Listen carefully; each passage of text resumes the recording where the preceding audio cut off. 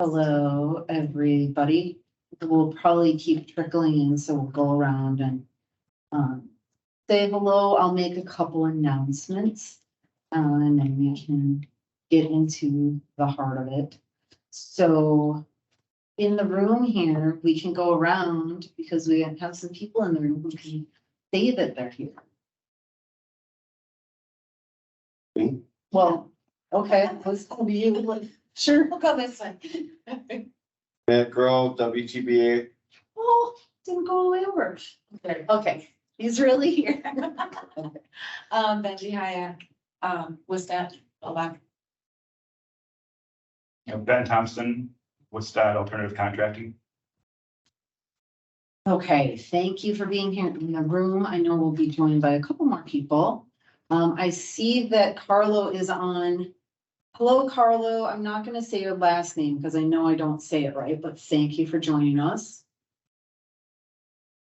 Lori is on here organizing. Thank you, Lori. Mike Holker, thank you for being here. So Michael is here. This can lead us into one of our announcements. Mike Holker is here, the the deputy director at BPD, Bureau of Project Development.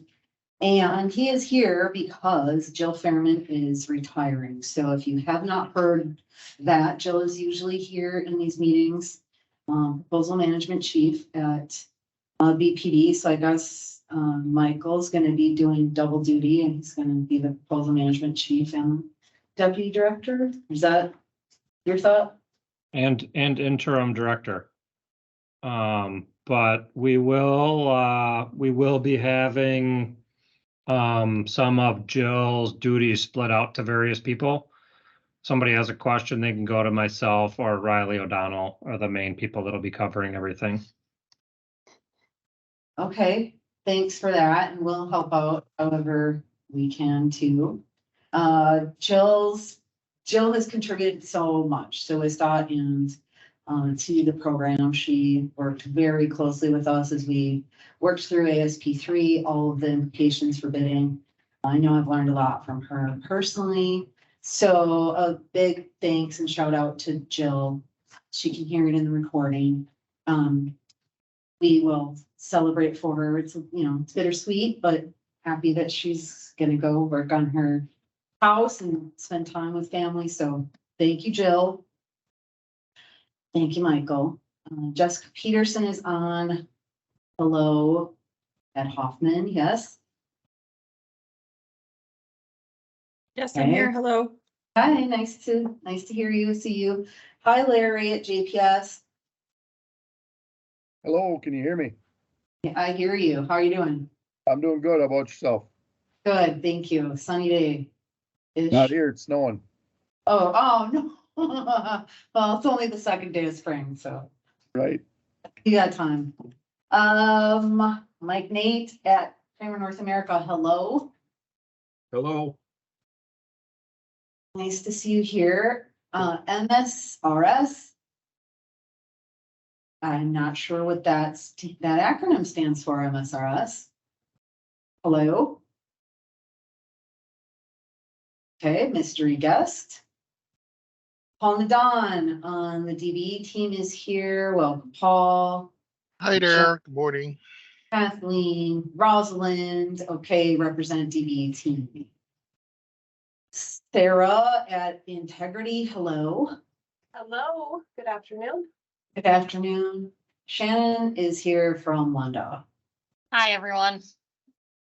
Thanks for being here. I see Natalia Vega, also DBE team, joined us. Let's scoot up in case I missed anybody along the way. MSRS, do you want to introduce yourself? Yeah, hi, this is Ann Duffield. Oh, hi, Ann. Okay. I have to use my daughter's laptop. I forgot mine at home. Okay, all right. That's the camera I have, so yeah. Thanks for joining. I see Ann Nishek also joined. Hello at Aerocrete. And anybody else? Let me know if you're here. So great. The other announcement, I was trying to wait for Tondra to get here, but we have a new director, very exciting, Tondra Davis. She will join us in person here, had meeting conflict, but she'll be down here shortly, so. Just wait and she can tell you a little bit more about herself, but we're very excited. She's going into week 2. So we're gonna give her another month or so to get up to speed and learn all the acronyms, and then she's gonna start running stuff here, so. Very happy to have her. And with that, I will hand it over to Lori to go over the notes. And we can, we have NAMAC joining us over there. I see Tim. Hello, Tim. And was that Ugo that was on the, I think maybe Ugo was over there too. Hello, greetings to you both. You are muted. Here we There go. you go. Good There we go. afternoon. Hey, Madalena How we doing, Madalena? and crew. Howdy. Yes, good afternoon. We have a hybrid group, so some of us are here, some of us on the line. And we are gonna move over to go over the notes quickly with Lori. Thanks. Hello, I was gonna put my camera on, but I'm gonna leave it off because I'm experiencing a delay now that so many people have logged on and I'm sharing my, can you see the agenda on the screen? Yes, Yes, we Okay, can. so I think I'm doing too much, so I'm just gonna leave the camera off and just give you a brief summary of the minutes from the meeting that was held in January 17th of 2023. We did the welcome and the introductions, words from the DTSD Deputy Administrator. Then we went to agenda item 4, where the DBE program and letting updates were discussed with Madalena and Jill Furman, the lead presenters. 44 projects with federal funds were let in January. 1 bidder found non-responsive, 4 good faith efforts under review. Email was provided for the HCCI mailbox with for questions concerning the confidential bidder pilot program. There were 10 mandatory confidential bidders in the pilot program. We go down to agenda item 5, the DBE attainment report with federal fiscal year 2022 updates. 139 million in DBE attainment dollars were achieved during federal fiscal year 2022. Non-minority female participation decreased in 2022. Questions and comments from the group were, and then discussed overall annual goal setting timeline for 2024 through 2026. The 6th agenda item was a good faith effort in contractor goal attainment. Lead presenter was Kathleen Panic. Through January 2023, there were 421 total bids with 6 non-responsive bids, 2 approved good faith efforts in the Northeast region, and 4 pending good faith effort requests from the January 2023 letting. Overall great improvement. The good faith effort toolkit appendix had been updated and a link was provided in the minutes report to that. And announcement of a good faith effort best practice workshop to be held in 2023 during the DBE Networking Summit. Next agenda item is number 7, the DBE General Program Updates and Overall Goal Setting. Lead presenter Maestri. Transportation Alliance for New Solution, also known as TRANS, has been renamed Highway Construction Skills Training, which is a certified pre-apprentice program that serves as a pipeline for a diverse skilled workforce.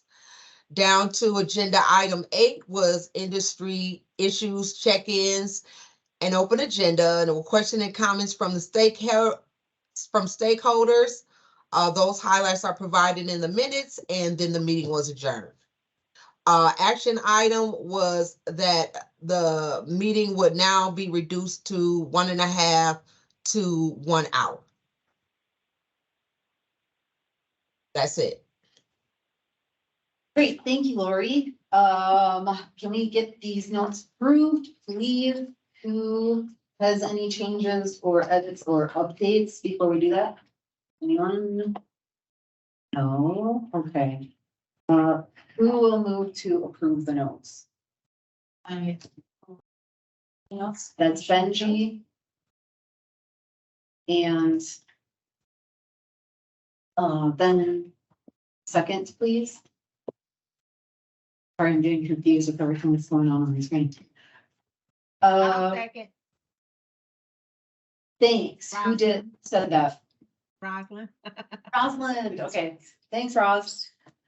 Okay, all set. Those notes are approved and so we've gone through the beginning part of the meeting, but now that Tandra is here, I did want to give her a chance to personally introduce herself. So I did give them a happy news that we are joined by you, Tandra Davis, as our new clerk. And I thought I might want to share a few words and before we really get into the meeting. Sure. My apologies for joining late. There was another meeting at this exact time and I had to introduce myself, so I'm here now. Very happy to be on board with OVAC. And very pleased with the staff we have who have kept things afloat and they continue to do so as I learn. Just a little background on myself. I'm coming from the Wisconsin Department of Administration, where I was the director of the Supplier Diversity Program, and we certified businesses there to give them a better opportunity to do business with the state of Wisconsin. I'm rejoining DOT. I have been at DOA since 2016, but previously worked for DOT in the roles in Wisconsin State Patrol, as on the NHTSA safety grants, and then also in the Department of Motor Vehicles. So really looking forward to learning, looking forward to meeting everyone and connecting. There are a lot of names and faces that I do have familiarity with, so that'll be great to get to know you perhaps in a different way in my different role. But that said, we'll just let the meeting go forward and thank you. Thank you. We're happy to have you here. And all the acronyms will start making sense soon. At some point. We promise, yes. So why don't we go ahead and give some letting updates? Lori, do you want to share the agenda again? I'm assuming everybody's seeing what I see on my screen, and so the meeting camera is like in the bottom corner here. So I guess we could just have something on the screen. I'm not sure how we would make ourselves big, not that we need to be, but sorry, this is an awkward setup that you're seeing. So letting updates, I'm going to be brief and talk a little bit about March, mainly to say that we were very happy that all bids were responsive. And in February and March, all bids were responsive. So that's good news. Kathleen will give you an update on good faith effort when we get there. She generally mentions the number of proposals we had as well. And again, we're always giving you the numbers based on the projects with federal funds. Those are the only ones that we can put a DBE goal on. So there may be more contracts in the letting, but we're going to focus on those with the federal funds. Wanted to let you know that we are going to be doing a bid letting summit internally.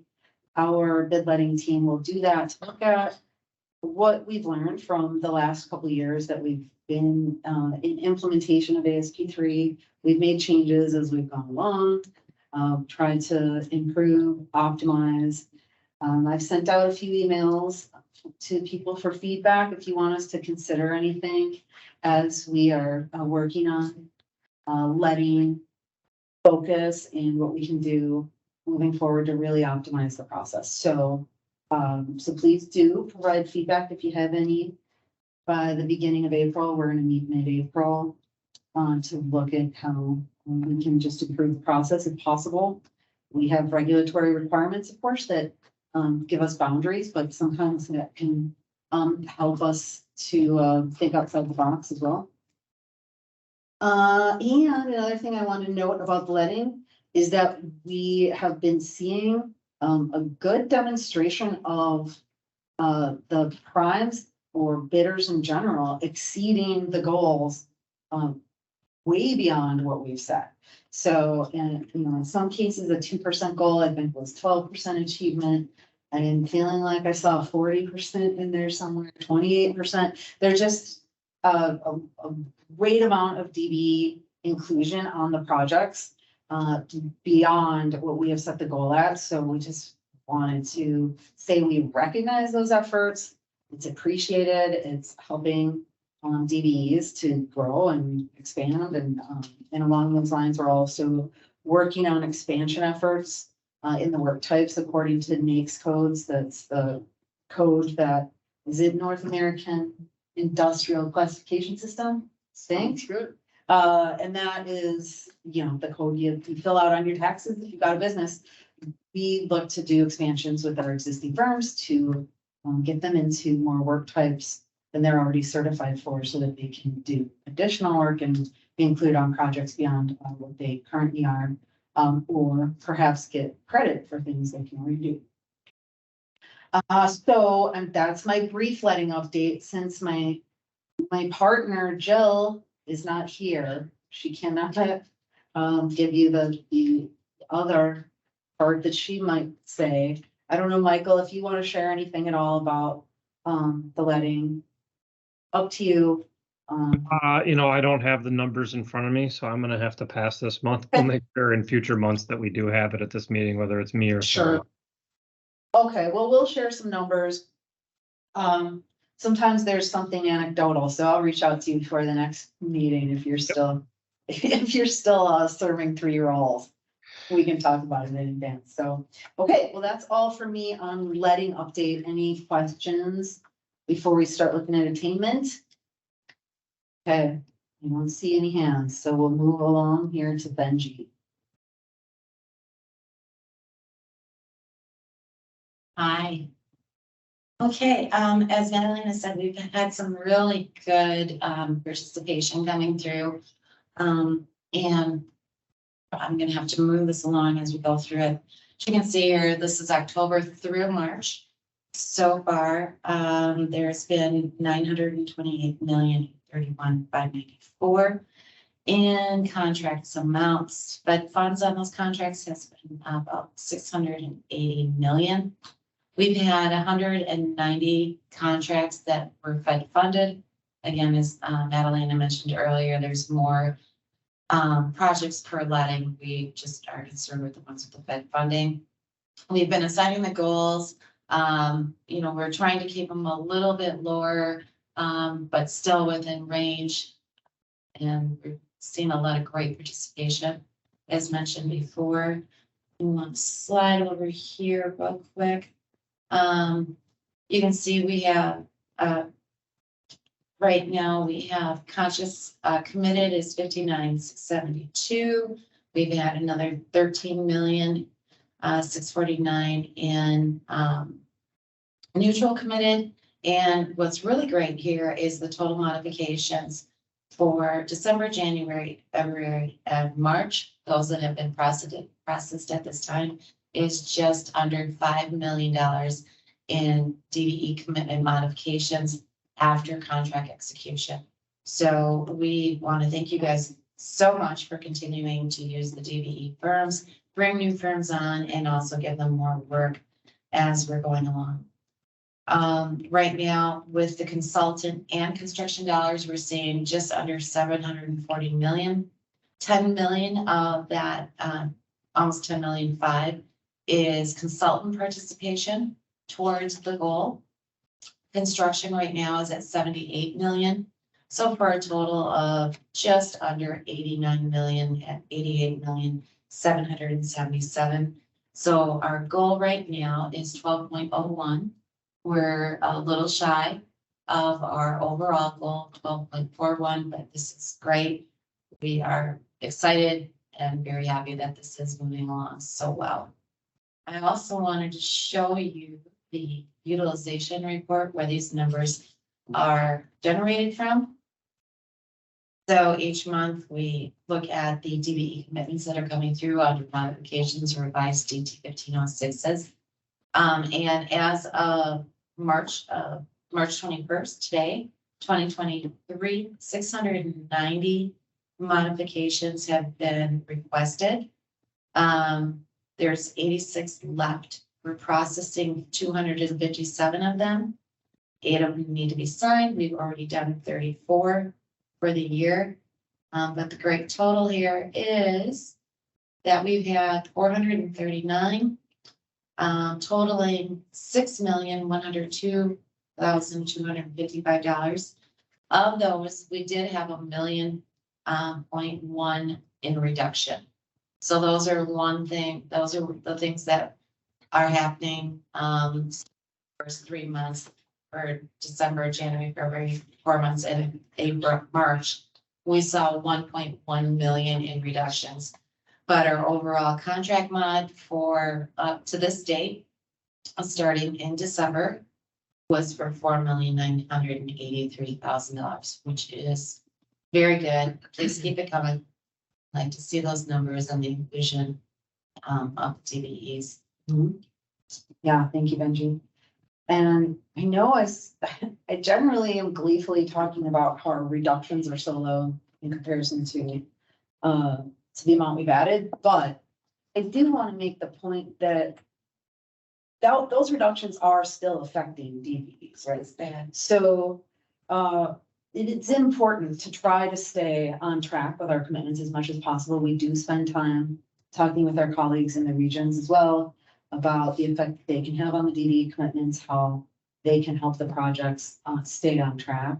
We always have to look at the final outcome, quality of the project, safety of the project. Those are priorities. And if a DBE commitment needs to be modified for one of those reasons, you know, that we are in the business of delivering safe and quality products. So sometimes a sub needs to be replaced, but in general, if we can keep in mind that these are small businesses here, and so that $1.1 million did impact people. So just wanting to keep that in our minds as we do think about it's great we've got the 6 million, and you know, what if we just had 6 million in no reductions?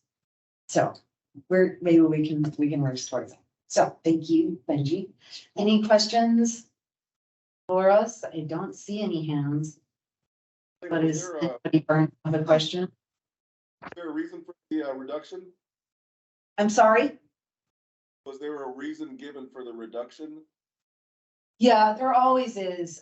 We have a process that's in ASP3. You can check it out. It's section 9. And so we require the prime, that's who our contract is with, but if it's hiring tier, they need to have also followed the process, demonstrating good cause for replacing a DBE or reducing the commitment, whatever the case may be that creates a modification that lowers the initial commitment. And they need to ask permission from our office, as well as giving the DBE ample notice to be able to respond to that reduction. So when what was the stated Sorry? rationale for what was the stated rationale for the reduction, please? Well, we have more than one reduction. So for each reduction, there needs to be a rationale. A great deal of them are DBEs saying I'm overextended on jobs and I can't commit to this. We see that oftentimes with trucking. So can't come in to do the job. There are some times where WISDOT has eliminated something on the project. We've seen that happen with saw cutting, for example. And so that's no longer an option to complete that item. If WISDOT does the reduction initially, that is already considered approved. So that's another reason why we're working so hard in regions to make sure that all project staff know the impacts of eliminating items, because if those are DBE items, we don't have a chance to approve or not approve that with the prime. We've already, as WISDOT, extended approval. So there are multiple reasons, and you could ask about more specific projects, I guess, but that 1.1 would represent multiples. And did you have the number for the amount of actual reduction? Yeah, no, I was looking for the Projects were- overall. On Oh, the the macro actual level, number. what was the major reason for the majority of the reduction? Was it from the prime or was it from the DBE? I mean, was it, so Yeah. I would assume that. The majority that I'm aware of were from the DBE. I don't work on the modifications myself. But the majority of the ones that I have seen result from a DBE saying they cannot complete the work. That is a reason for, that's good cause for regulation. And then there are it's case by case. We have to go through every single one of them individually. Okay, thanks for the question. And should we look at GFE participation, or I guess GFE, of course, good faith effort. That's what we're always striving for. Kathleen focuses on how good faith effort is demonstrated through goal and also when the mark is missed. So Kathleen, I'm glad your internet is working. Would you Yes. to share your report? Yes. Okay. So a lot of good things to report about GFE. First and foremost, we're halfway through the federal fiscal year, and at this point, we have 7 approved GFE requests, which it really just is, an amazing improvement from the prior 2 federal fiscal years. And if we just think about last federal fiscal year 2022, at the same point in time in March, we had 30 approved GFE requests. We sit here today, especially with the month of March, this past letting, there were 0 GFE requests, but only 7 approved GFE requests, which does represent approximately a 77% decrease just between the 2 federal fiscal years. So that, just great, a really great improvement that has been made. A lot of effort has been made in thinking about GFE as far as strategy within your own companies with the prime contractors. I really have seen a lot of focus on that, and I just want to say great job to all of the prime contractors who continue to look at this, look at GFE and DBE as as an overall strategy within your company. So, and that shows, as Madalena had indicated, the overall achievement that we're seeing just is far exceeding a lot of the goals that we're setting. So it's just really great to see. And with this first chart that you see, I kind of break down the numbers. Just a point of reference, for example, for the month of March, I do report the total number of proposals, which was 25. However, 1 was withdrawn. So that means we had, 24 proposals. Total number of bids for March, 84, again, 0 non-responsive, 0 GFE requests. So this is kind of giving everybody this gives a total of the total amount of bids that we've received, for the first half of federal fiscal year 2023, 595. This amount of total proposals is represented down here, 197. I'm subtracting the rejected and the withdrawn, so we're at 192. And again, this chart right here that you've seen before in the newsletter that we've been including, this shows the progression between the 3 federal fiscal years in our triennial.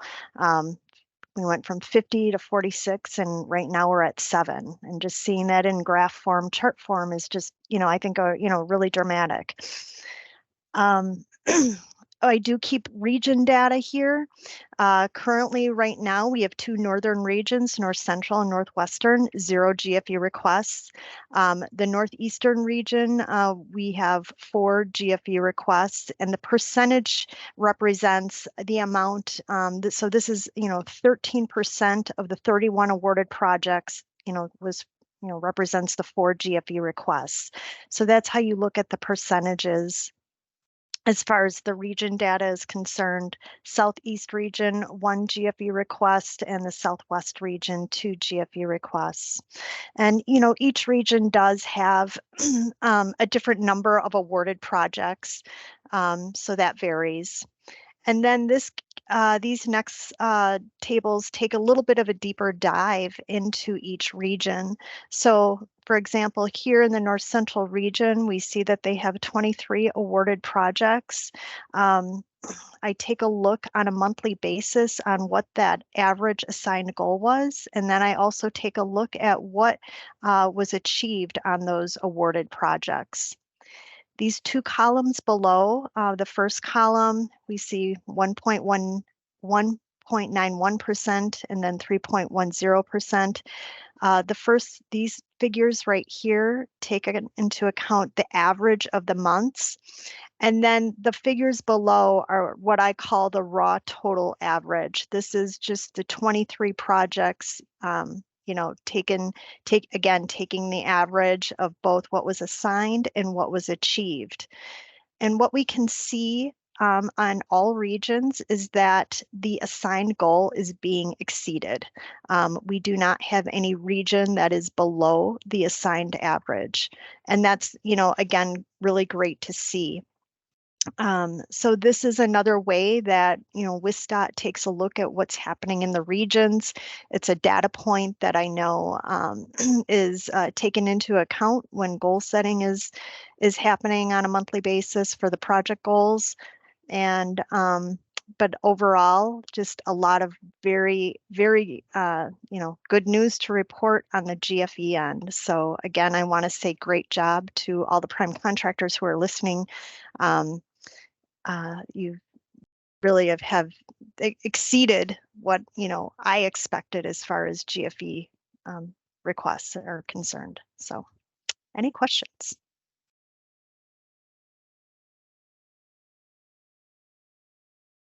Thank you, Kathleen. That I like seeing the trajectory that we move in here and recognizing how much it takes to really get there with industry, working with DVs, working with us, working with regions, pretty heavy lift to go from where we were to where we are right now, and recognizing that is all of those efforts have combined to help build up DBEs, who then in turn are contributing even further into our infrastructure, because our federal funds keep going up, and so DBEs keep stepping up and being able to take on that work. So this is definitely good news. We know that we always still have work to do, because then we look at where can we sort of share more of the contracts, where can we expand work types, where can we help develop firms maybe in areas that we don't see that much representation from DBE firms. So it's a good start, I guess, that we're at, like turning the bend to the place where we really want to be, where at some point we're just reporting that we don't set any goals at all. DBEs are being used, they're assets to industry, and we don't need to set a goal. So that's where we're headed. And so this is getting us on that path. So thank you, Kathleen. Thanks to everybody for working on this. It's, I want to say it's a labor of love, but I don't know if Matt would agree that that's the right terminology. The labor of love for us all. Let me think about that. So, okay, thank you very much. And we'll move on to Ben Thompson, who has agreed. Thank you again, Ben, for being here. Ben, as you will recall, has had various, I've introduced you in multiple ways, but I think the correct way to introduce you is as the alternative contracting engineer. Correct. Yep. That's me. All right. So Ben, as you may recall in the past, has provided information for us on design build, which he will do now, but he'll also be talking about a new project type that we are looking at. So with that, hand it over to Ben. Thank you. Yeah. So, yeah, today, the first thing I'm going to talk about a little bit today is it's called indefinite delivery, indefinite quantity contracting. And we have sort of backed into doing this now at the DOT. We're working on our first implementation of it this summer. What it is it's a project delivery method that lets DOT procure somewhat an indefinite quantity of services in a fixed time. So contractors bid unit prices for the quantities that we estimate on a project. They'd be standardized work items that we're going to use going forward. Then once those bids are in, the low bidder then will be awarded work orders throughout the life of the project to define the location and quantities for those specific pieces of work. So we'll have one overall contract and then potentially multiple work orders that are assigned throughout that contract. It will require WISDOT to request from the contractor to furnish the minimum quantity of work. So there is, in the contract, there will be stated a minimum quantity. And then if WISDOT issues additional work orders, the contractor would furnish that additional work up to the maximum amount that we would list in the contract or in the solicitation. Beyond that, then if there was more work that needed to be done, it would be a change order. Something like that. So it's a low bid process, so we don't have any special state legislative permissions that we require, but we do, for federally funded projects, we need an approval from FHWA. And that's the part of the process I'm working through right now. All other requirements of a regular contract would apply to the IDIQ contract unless there's something specific in that contract. So the subcontractor rules with the 30% rule, and then the DBE goals on federally funded projects would apply just like they would on a regular project. The method is generally used when you kind of anticipate a recurring need that's going to be going on, but you don't have a precise amount of quantities that you have calculated yet. So some of the potential uses that I've seen out and about for this type of contracting method, other states have used it for bridge overlays, some mill and overlay, cable barrier, things like pavement marking that are region-wide or statewide. Some of these other ones like contaminated soil disposal, noise walls, chip seals, route and seals, culvert repairs, relamping. I guess I'm not sure if that's, Matt, do you know, is that just putting new bulbs into street lights? Yeah, okay. That one I didn't know what it was exactly, but bridge deck sealing, concrete repair, ADA rivet updates, bridge painting, and then clearing of trees, which is what we're going to be using it for here coming up, and safety improvements. Some of these advantages don't necessarily apply to us because some states have different rules where they can select more than one contractor for a contract and then kind of competitively bid the work orders. We don't have that authority, so we'll be selecting one contractor. But it reduces the overall procurement time because we can combine some of these contracts, smaller contracts, into one big contract. It structures work in small tasks, which might offer increased opportunities for smaller businesses and DBE firms. It reduces the amount of time between need and delivery of the project, so we can get things going a little faster. It's a low bid process, like I mentioned, so we don't have to get legislative permission. And in this case, it can hopefully allow for the clearing of trees without disrupting endangered species and without impacting the critical path of the highway construction projects, which is the basis for why we're doing this. This is kind of how it came up. And then some of the disadvantages, just the lack of familiarity, both with us and with contractors, and then some uncertainty about the timing and duration of the work orders could, I guess in some places have led to more costly contracts. So this is the why we're doing it now. Like I mentioned, the first implementation is going to be clearing trees. The clearing activities are usually just included with regular construction projects, regular construction contracts, and let through the normal bid process, and then the clearing takes place when it needs to be done to get the project moving. But what we've run up against is that the northern long-eared bat is going to be reclassified as an endangered species starting at the end of the month here. And the inactive window for the bat is November 1st to March 31st, and that's when they're not in the trees, so that's when we can take the trees down. The issue kind of arises when, well, what if you have a project that's let in March or even April or May, or some of the earlier months in the summer? How are you going to get that clearing done if you're outside that window already when your project is executed without impacting the habitat? So the solution that we've kind of come up with is this idea that we'll pull the clearing out of all the contracts that are in that situation. It'll be one big contract just for clearing. And we'll run it as an IDIQ project, basically the ones that are ready to go when we PS&E the project or when we let the project, will go as kind of the first work order. And then as other projects come online, if they get their environmental document done, they're not finished with that yet, or right of way clear, or any of those things that aren't quite ready when we do the first batch, those will be in the subsequent work orders. And so kind of how this impacts this group. Like I said, when we have federally funded IDIQ contracts, we will include goals just like on a regular project. We're still working out a little bit the mechanics of how we actually will submit that, have that submitted, but more to come on that later. And the newest thinking now is that this first tree clearing contract will probably be state funded. So we likely won't have a DBE goal on it, but there is potential for, different types of IDIQ projects going forward that might impact DBEs more so than this first one. So I'll stop there for a minute. If anybody has any IDIQ questions, I'll move on to design build updates in a minute.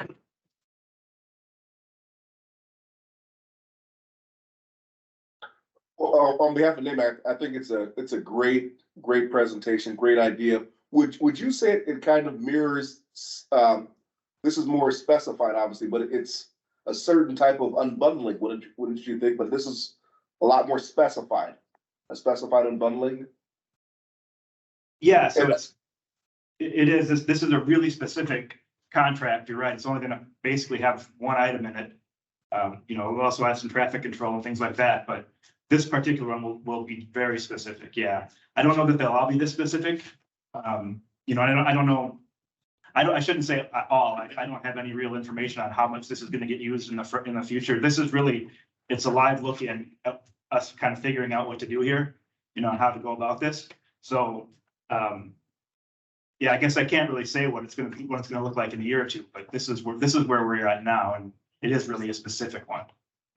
No, I think it's a great step. I've seen it successfully done in other states where we received bidding opportunities on small power tool items and safety equipment. But what I like about this is that it's great to see the state of Wisconsin doing this, and obviously the best lessons learned when doing this to see how it may be applicable to other areas to increase DB participation, especially from some of the underserved and underrepresented areas. But I think this is a great step, and I think, as you mentioned, how this could be applicable to other areas where we can get more DBE involvement, I think would be phenomenal.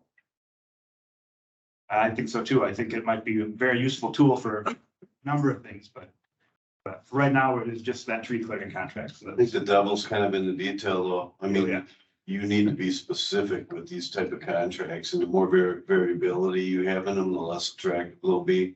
Yeah. Risky they are, or you put provisions in that allow for additional payment, for example, if the work is different than what was originally spelled out. Yep, and that's how do you anticipated. And how do you handle that? Because it creates quite a bit issue for contractors when you're looking at it, seeing basically we have a master contract for whatever the task is, but every time it's going to be a little bit different. It's never exactly the same. How do you handle that? I think it's quite a bit of risk involved in it. And you've hit on the hardest thing we've been trying to figure out. What do you do with mobilization?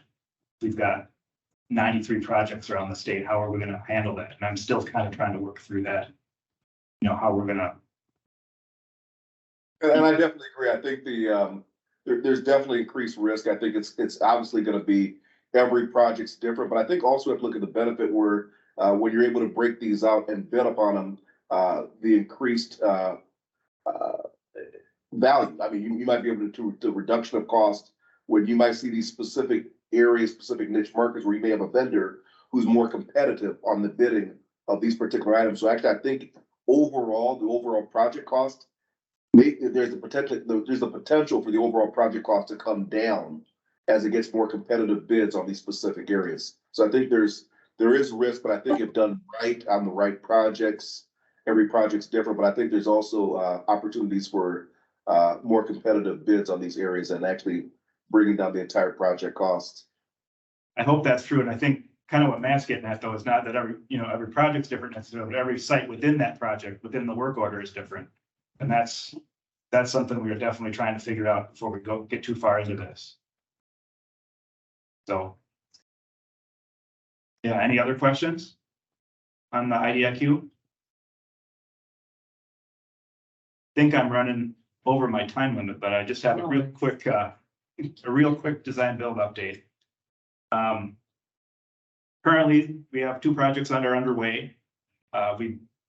So far, we feel like we've been successful in terms of getting some of what we wanted out of design build, where we're speeding up the design construction processes and minimizing the closures for both of these projects that we have going on. There's up to 3 more projects to come in the next 3 years. Right now, we're kind of working through to select projects that are appropriate for design build for the next, I guess, round. Is kind of an unofficial round of projects. And we did just have a UW Milwaukee research project go on that evaluated our program so far. Some of the stuff that came out of that as recommendations, at least the ones that are kind of applicable here, is that they recommended a higher minimum cost for design build projects. They had a number of 7 million. So one of our first ones didn't quite make that threshold, but it's still probably a good learning experience as far as I'm concerned. And then also they had a recommendation to continue outreach and stakeholder training with contracting and engineering communities. And I think we, as a group, which is me, knew that, but we haven't had a chance to really expand out into the rest of the world yet with some of those outreach activities. So project number 1 is the Lone Rock project on State Highway 130. It's replacement of 3 bridges with 2 bridges. The proposals were submitted in May last year, and design and construction are both underway. Design is coming towards the end, I think now. Not a great picture, but you can see they have their piers underway on the river. Traffic's supposed to be on the new bridges in fall next year, and then the project will be complete once they take down the old bridges the following year. The second project is State Highway 125 in Appleton. The structure replacement 2. It's a box culvert being replaced on Mud Creek, just next to the interstate there. These proposals were submitted in August. The final design is coming in a few months here in the summertime, and then construction should be complete on this one by the end of November, or the beginning of November, I think, this year. So DB for design build, I guess this is where I just kind of sat and thought a little bit about how we're doing with DBE in our design build projects. And both of the current projects right now anyway appear to be meeting or even exceeding their goals. The second one obviously still a little in the infancy stage, but it's still looking good anyway at this point. One of the things that came out of talking at the roundtable at the event a couple of weeks ago is that we need to have a better plan for getting DBEs more involved with design build projects and getting the word out on upcoming projects, fostering connections between the design builders and DBE firms. I'm hoping I can work with you guys a little bit more on that, just finding some ways to do that. More stakeholder trainings and communications. Those are probably baseline. We need to do that, not just with DBEs, but with everybody in the state. And then we are also, Madalena and I have been working with the Federal Highway Administration to develop a pilot of what they call an open-ended performance plan model for using a design build with DBE firm participation. This is also kind of a hot off the presses kind of thing where I don't know all the details, but it's from the innovations with the FHWA's Everyday Counts project or program. It's kind of came about because they were seeing design build projects that aren't really fully designed at the time when the proposals go out or have to come in. So the details of some of those subcontracting opportunities aren't necessarily worked out yet because the design is still ongoing, and it might be challenging for primes to name DBEs in their commitment plan under those circumstances. Plus, some of those design build projects can start, and kind of extend out over a fairly long period of time. So it's a little hard to give a price for 3 years from now or whatever the case may be. So what Federal Highways has proposed is this modified commitment plan that instead of naming the DBEs to perform specific work at a specific price, it allows the proposer proposer to kind of list their anticipated work types for planned for DBE participation throughout the project. So it kind of serves more as a roadmap for detailing how the DBE goal gets accomplished without having to actually come in with specific prices and specific costs at proposal time.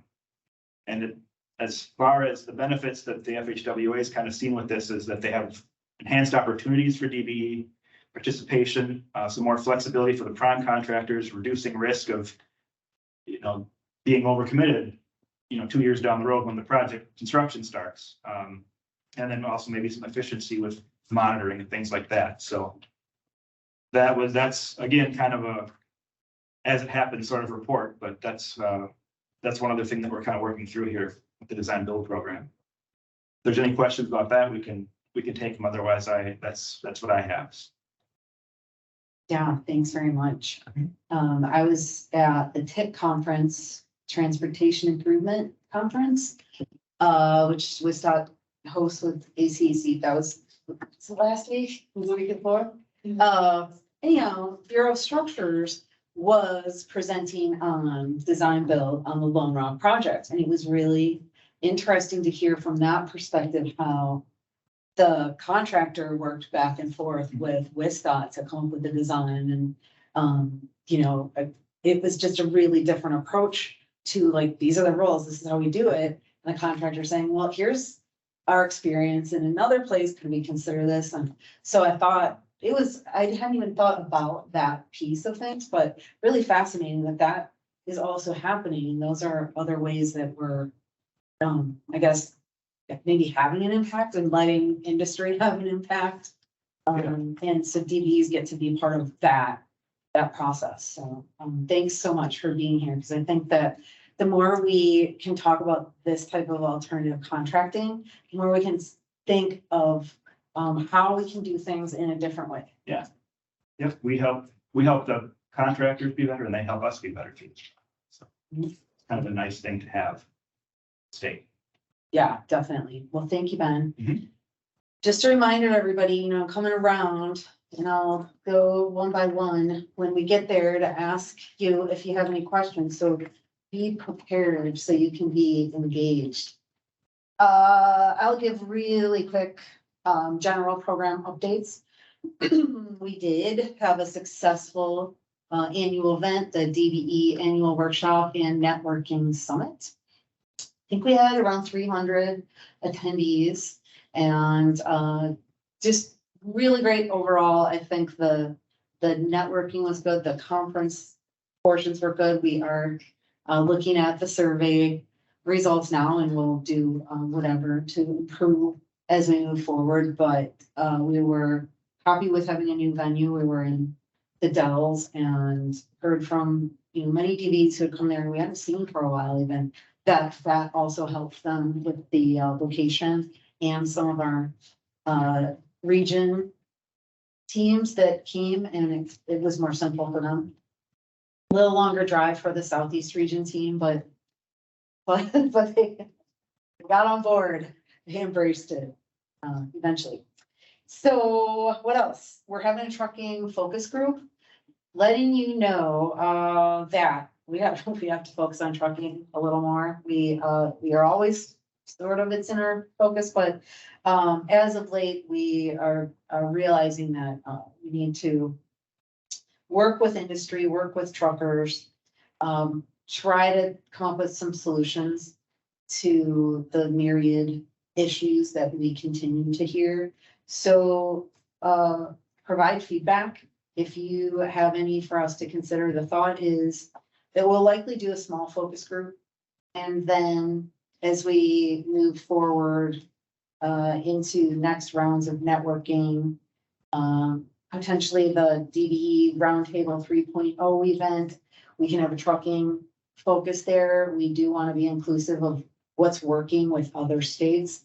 I have been for a couple of years trying to get some input from other states and how they approach trucking, and haven't really gotten very far there. So if any of your companies work in other states and have trucking experience there, that could be helpful to us. So just think about that, and we will be thinking about that as well.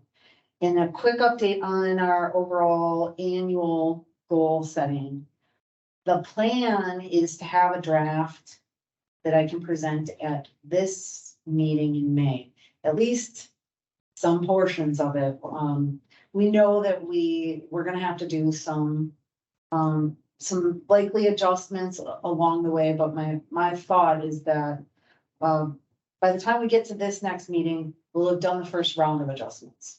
And you can look at the current 21 to 23 plan, which is on our website, that overall annual goal plan. So if you want to look at the types of things we're considering in those adjustments that I'm mentioning, as well as all the tables for the work types that we consider past participation and what it looks like going forward, that would give you a good idea of what we're going to do as we move into this next iteration, which you may recall is due August 1st. So we'll be working with everyone here, with our stakeholders also at Transcat. We'll bring it to a variety of stakeholder groups as we're moving forward for public comment. Of course, our administrator's office, secretary's office, FHWA. So it's a pretty big project, but we will get there by July 15th. That's when I'm looking at Benji. She's gonna help get us there, and so is Paul and Ujoma. They're sharpening their pencils, and we're gonna go into uniform report for the first half of the federal fiscal year as well, which closes in March. So the next meeting in May will probably give you some preliminary results from where we're at with the uniform report. We submit that June 1st. So we will have more information on various breakouts for you there, demographics and work types, once we submit that to FHWA in June. So those are my fun updates. And now we're gonna go around. So I'm going to read off in the order I'm seeing on my screen here. And then we'll come into the room. Am I showing everyone now? I guess everybody's fits. Okay, so Ugo and Tim, questions, comments you'd like to add? Well, first, I'd be remiss on behalf of NAMAC, the National Association of Minority Contractors Wisconsin. We want to welcome Ms. Tandra aboard, bringing a wealth of experience from the DOA. We're glad to have you aboard. So that first and foremost, we have to say welcome aboard. Thank you for being here. Thank you.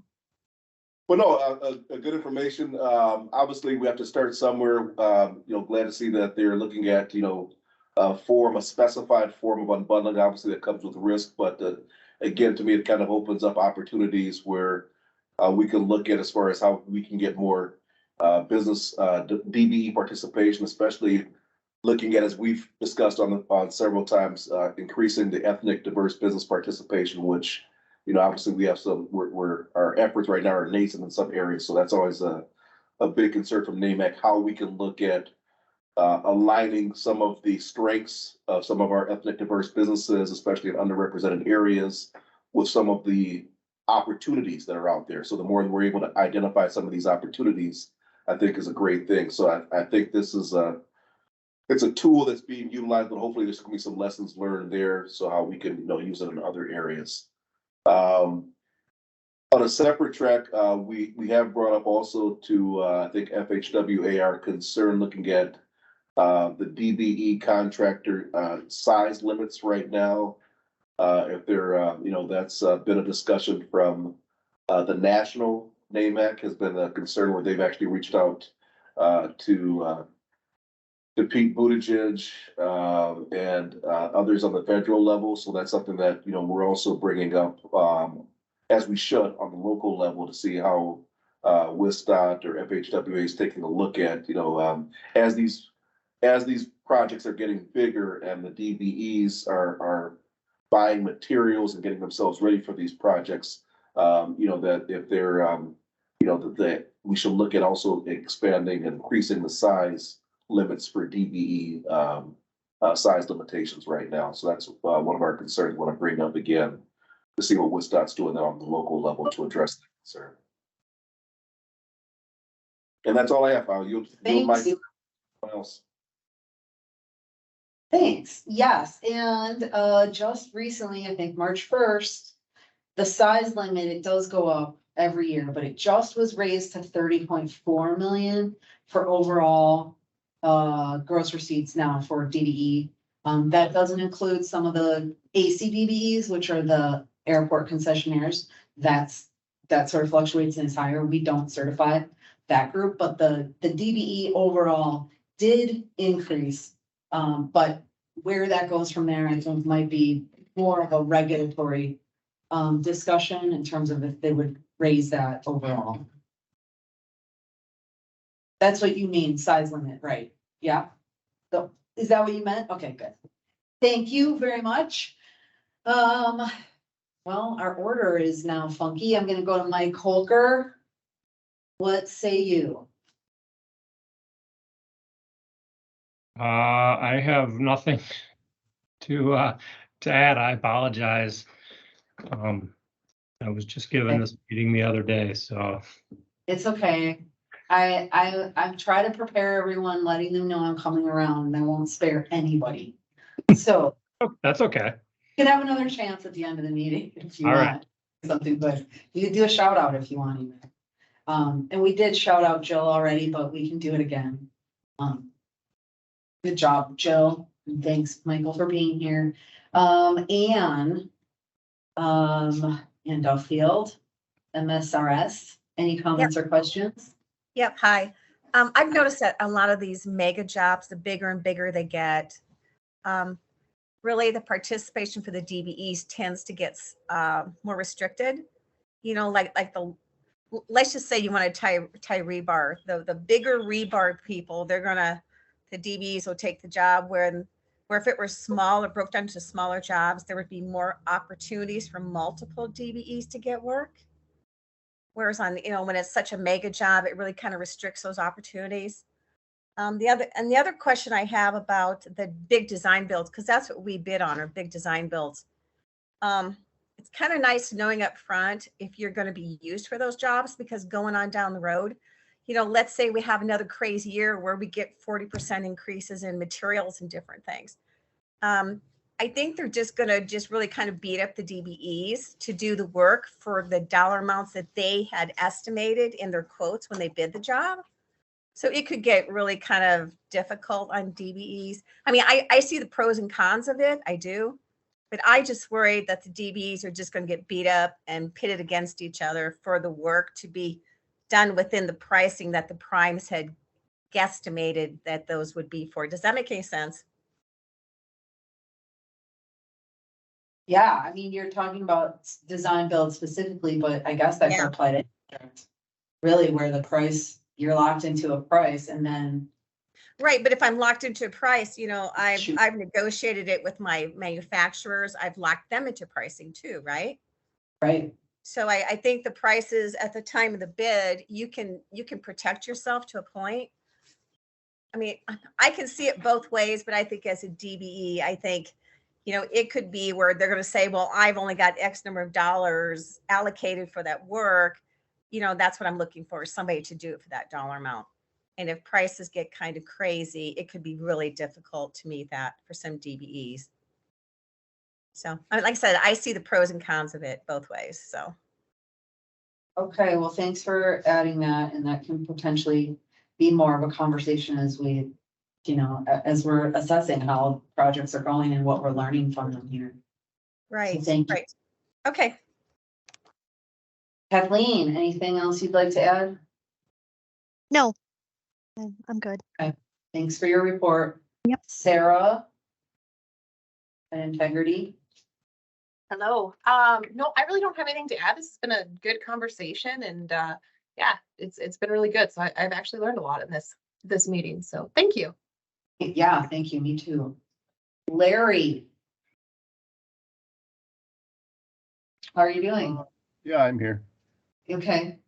I'm interested to see how the IDIQ works.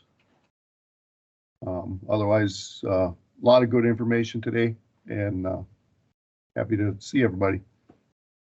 Yeah, good to see you too. Say hello to your colleagues for us. I will. Thank you. Jessica at Hoffman. Is your colleague Brad with you? He is not. I'm not sure where he is. But no, nothing for me to add. Okay, I'm sure he's here in spirit. Thanks for being here, Jessica. Natalia, anything you'd like to add? No, thank you. Sure. Oh, Nita, I don't think that we saw you earlier. Nita Ahmad. Hello. Nida, maybe? Nida Ahmad? Hi, everyone. Hi. Where are you joining us from? I'm joining you from National Soil Testing LLC. National Soil Testing. Well, welcome to the meeting. Any questions or comments you have? No, it was very informational meeting, so I'm glad to have been a part of this today. Thank you. Great, thanks for joining us. Brian Mitchell, you are here as well. Hello. Sorry, I didn't see you earlier. Hi, first off, I guess I have a couple of comments on the design build. I've worked on several design build projects in my career as a DBE. And the first thing is, let's not forget that often DBEs are specialty contractors, and the specialty contractors have input to give during design that may be useful. Often the contractors and even the designers have not worked as closely with the product. We talked about rebar before, and I've worked on with rebar and structural steel, and they have preferences or things that make the jobs easier and allow them to bid more closely. So making the DBE gold afterwards and not including the DBEs in the design process may not be what you want to do. And of course, you have the tug and pull the other way too. Exclusivity to a team versus commitment by the DBE and the prime to each other versus putting all your eggs in one basket by bidding with one team. So just a couple of things I want to throw out. And I want to say good afternoon to Tandra. It's good to see you there, Tandra. Thank you, Brian. So those are my comments. Thank you very much. Thank you for joining us. It's good to see you. Ben, anything else you'd like to add? No, I think I've talked enough. Okay, thank you. Happy to have you here. Stephanie Mercado, I'm thinking, at Michael's. How are you doing? Good, how are you? And this is Good. Stephanie Mercado. Great. Nothing to add. I'm excited to hear about the trucking conversations. That's a scope that's frequently subcontracted out to DBEs. So any improvement we can make there is, or any insights I think was helpful across the industry. Thanks. Yes, thanks. It is a big concern, opportunity. We're working on it for sure. So thank you. Benji, anything else to add? No, thank you. Okay. Shannon? We're at Linda. No, Questions I or don't have com- anything to add. Okay. Well, thanks for being here. Mike, Nate. Kramer North America, you heard us talking about your project. Anything you want to add? Thanks so much. I appreciate the spotlight. And yeah, the design build process is interesting for sure.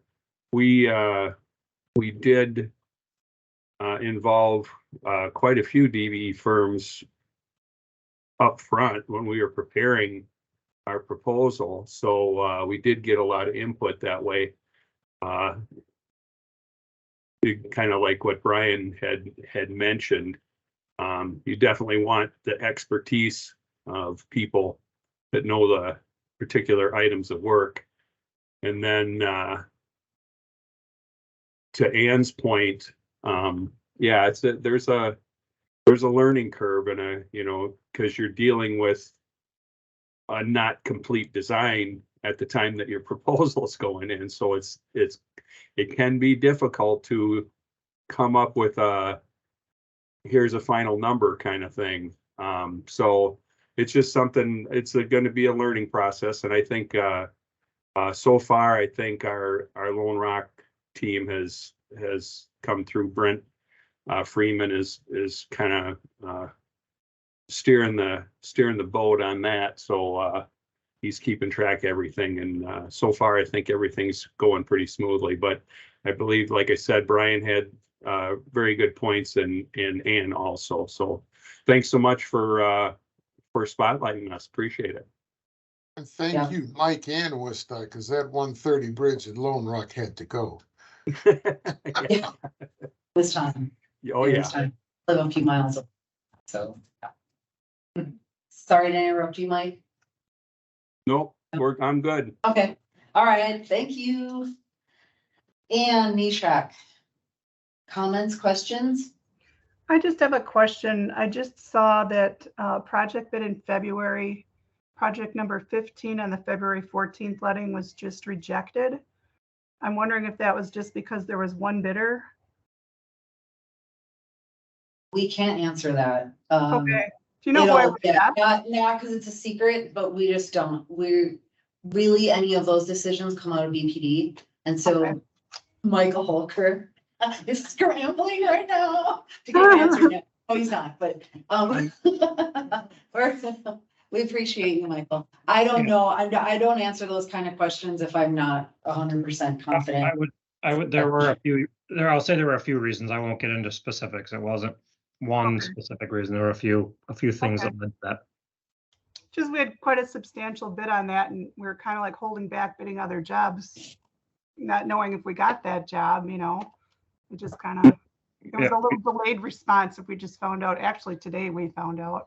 And we attempt to do it as quickly as we can, and we do have time limits within it, but sometimes things drag out. Okay, thanks. Thanks. Thank you, Ann. Okay, now I'm gonna merge these lists and try not to copy who I've already spoken with. Paul and Don, anything to add? Questions, comments? Very exciting, listening to all the comments from earlier and inputs. Other than that, nothing from me right now. It's just drawing out more things I need to characterize when we're looking at information overall, but we're good. Right, which is reminding me that we are updating the directory. So that new version is going to be out and about end of this month, yes? Yes, indeed. I am actually working on it right now, so that'll be it'll be very exciting to see it go out. Yeah, we're streamlining things so there's not so much scrolling around on that spreadsheet. We will eventually have an interface that goes directly into AWP Ash2Ware project. But at the moment, we're going to do some streamlining. That should be updated end of this month, and we'll definitely go over it with everybody at the next meeting here. Thanks for working on Paul, and Sherry Joma is helping you out with that. Oh, I'm dragging her along. Yeah, just making sure. I ran a test with B2G now, so I did send a copy of it. I'm just going to work with them to make sure their interface still works with this. But okay, so far we look good. And what Paul's referring to is that many of our firms are certified by Milwaukee County. And so we need to make sure that our spreadsheets talk to their programs and spreadsheets so that we list all DBEs on the directory. Dane County, City of Madison as well, but bulk of our DBE firms are certified by WSDOT and Milwaukee County. So we work pretty closely with them. We make updates and changes. Correct. Ijoma, anything you would like to add? Nothing for now. Thank you. Okay, thank you for coordinating bidding, bid letting efforts, and moving into that bid letting summit. I'll give one last plug to anybody who wants to give us feedback. Do it first week of April, please. Rosalind, anything you would like? I'm right here. Yes. Okay. Anything you want to share with us? I just want to thank everyone for your support for the annual event we just had, and from the survey results, it looked like everyone had a good time and enjoyed themselves and learned a lot. As usual, the most important thing that they liked about the annual event was the networking, and second were the workshops. So that's common, that's normal. We're looking forward to next year. We don't have our dates yet. We have a after action review planned for March 12th. So I'm looking forward to that so that we can start planning for next year, and just appreciate everybody's support and attendance. And if Yes. you want to be a partner, just let me know, send your email. Yeah, thanks, Roz, for your coordination there. And we did record, well, we live streamed and we did record the lunch. So if anybody is wanting to see that award ceremony, great speech from Judge White. Was really inspirational. And if they're not up yet, soon we'll have all the workshop. Recorded, those will be up too, so you can watch those. So thank you, Roz, for everything you did to make that event happen. You were critical. And Natalia Vega, did I say your name? I don't think I did. Did I? You did. You Yep. want to add. go ahead? No, I wish Another I would come up chance? with something. No. All right. No, but thank you. Thank you. I'm just checking the chat here just quick in case we missed something. Ugo is thanking Rosalind. Okay, good shout out. Well, thank you all. Couple notes here. April 13th, we're doing an I-41 project update in Green Bay. Matt Grohl will be there in person, won't you? Yes, Benji and I will as well. And we've got the invite attached to the meeting that Lori sent out. So check that out. If you can come in person, that would be great. If you're interested in that project, it's a mega and a major. I think we call it a major and the feds call it a mega, or the other way around. Anyways, it's very big. So we're wanting to give an update on that project. And there's a virtual option if you want to call in and find out more about it. So Do you have an RSVP in that or not? no. Yeah, I mean, we could ask the region if they want to set one up, but they just No, I'm sorry. to come on. Just curious. Yeah, so it'll be a surprise. We're gonna bring treats though, if that helps anyone make the choice to come on over. So thanks again. Next meeting, May 16th. I think that's it for all of us. So thank you for being here and well, we'll see you maybe in between, but for sure in May. Yes, Lori. Yes, You were Lori. supposed to discuss decreasing the amount of time for the meeting. Yeah, I'm just tabling it because I think that we'll just keep the slot and then we can use it as we need it. We can drop, this time was good. Good to have that we didn't reduce it to an hour. Yeah. So, okay, thanks, Lori. Bye.